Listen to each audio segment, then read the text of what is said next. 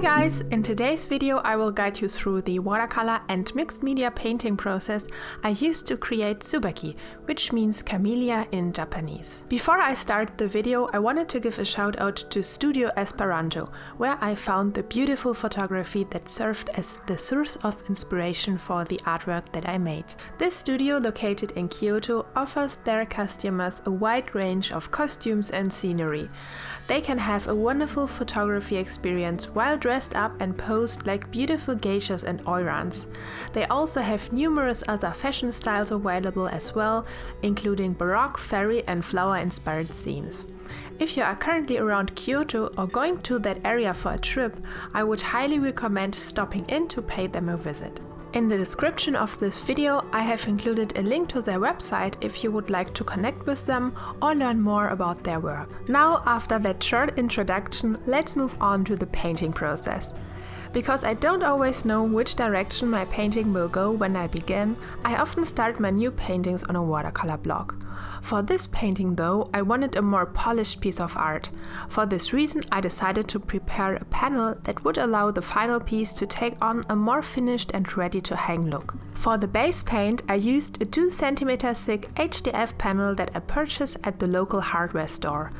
Their custom cutting service allows me to choose any panel size I need, so when I plan to later make prints of my art, I choose a panel size that fits my scanner. That way I can assure that I am providing my collectors with the best quality art prints. If you're going to buy a scanner to duplicate your art, make sure that it can scan at least at 900 dpi.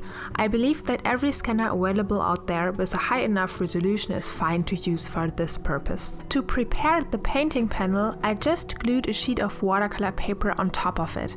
I prefer choosing a sheet of watercolor paper that is slightly larger than the panel and then cutting it down to the right shape after the glue has dried.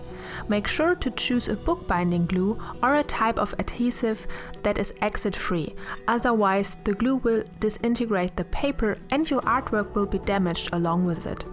Disperse a medium amount of glue on the surface, then lay your paper on top of it. Then, starting at the center, press all of the bubbles and glues gently towards the edges.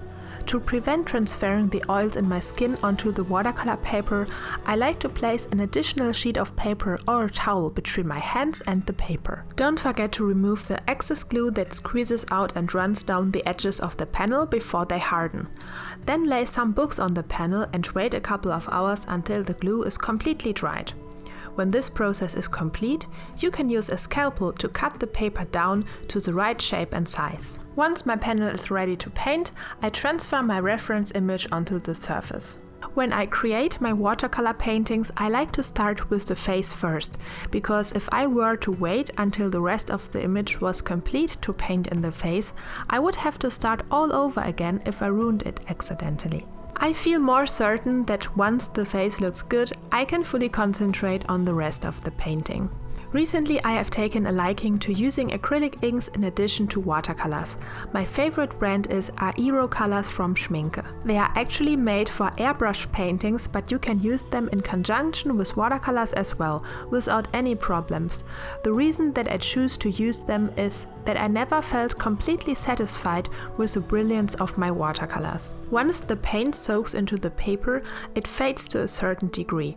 Although the color is only muted a tiny bit during this process, it still bothers me, so I decided to search for ways to overcome this. In this reference image, the colors are extremely bright and almost neon-like, so I decided to apply these inks to bring out a pop of color in the brightest portions. If you would like to use acrylic inks yourself, just keep in mind that unlike watercolors, they can't be reactivated with water. Once these inks dry, they can't be lifted off the paper and you can't smooth out any of the edges, so be extra mindful when applying them. Once I finished the face and the hair, I continued to work on her gown. Because the tiny flower patterns and other finer details were such an important part of the composition and made such an impression, I started by painting these in first. A year ago, I didn't tend to bother working out these finer details of a painting, but over time I have come to learn that putting in the necessary time and effort allows for a more profoundly beautiful outcome. Sometimes I also spend a lot of time in Photoshop working out the tiniest details before I embark on creating an image, because I want to feel that the composition is almost perfect. After I painted in the patterns on her gown, I continued to work in the red color of her robe. Again, to give the color more pop, I used also some red ink in this part of the robe instead of watercolors. After I filled in the red paint, I added a layer of dark gray watercolor to indicate the shadows, which helps create the illusion of folds in the fabric. To create the background, I used a wet and wet technique, which involves washing a portion of the background with water and then touching the paper with the paint contained in my brush. The more paint the brush holds, the more it will sink into the paper and bleed out across the wet areas until it reaches the dry boundary. It is important to stay within the lines when adding wet areas to your background, otherwise the paint can bleed colors into the finished parts of your painting, therefore damaging the work you already completed. This technique allows me to create cloudy and blurry patterns which make wonderful backgrounds. To complete the painting, I added in some highlights and some flower petals using white gouache paint.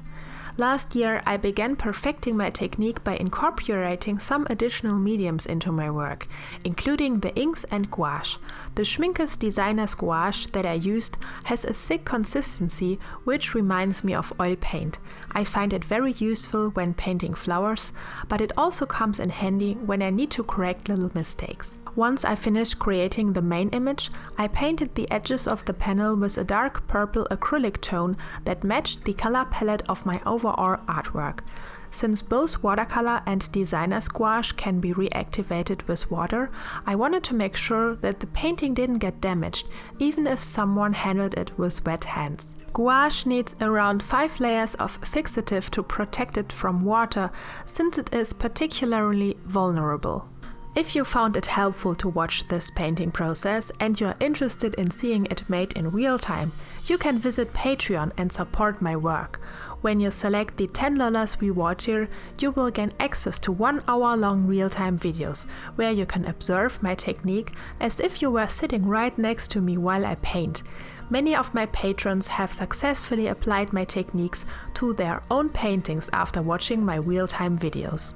If you like the painting, there are also 20 limited edition fine art prints of Tsubaki available in my online shop. You can find the links to both my shop and my Patreon page, as well as a list of the materials used, in the description of this video. If you found this video helpful, don't forget to hit the like button, comment and subscribe to my channel. For in-depth painting tutorials, head over to my Patreon page and select the $5 reward tier.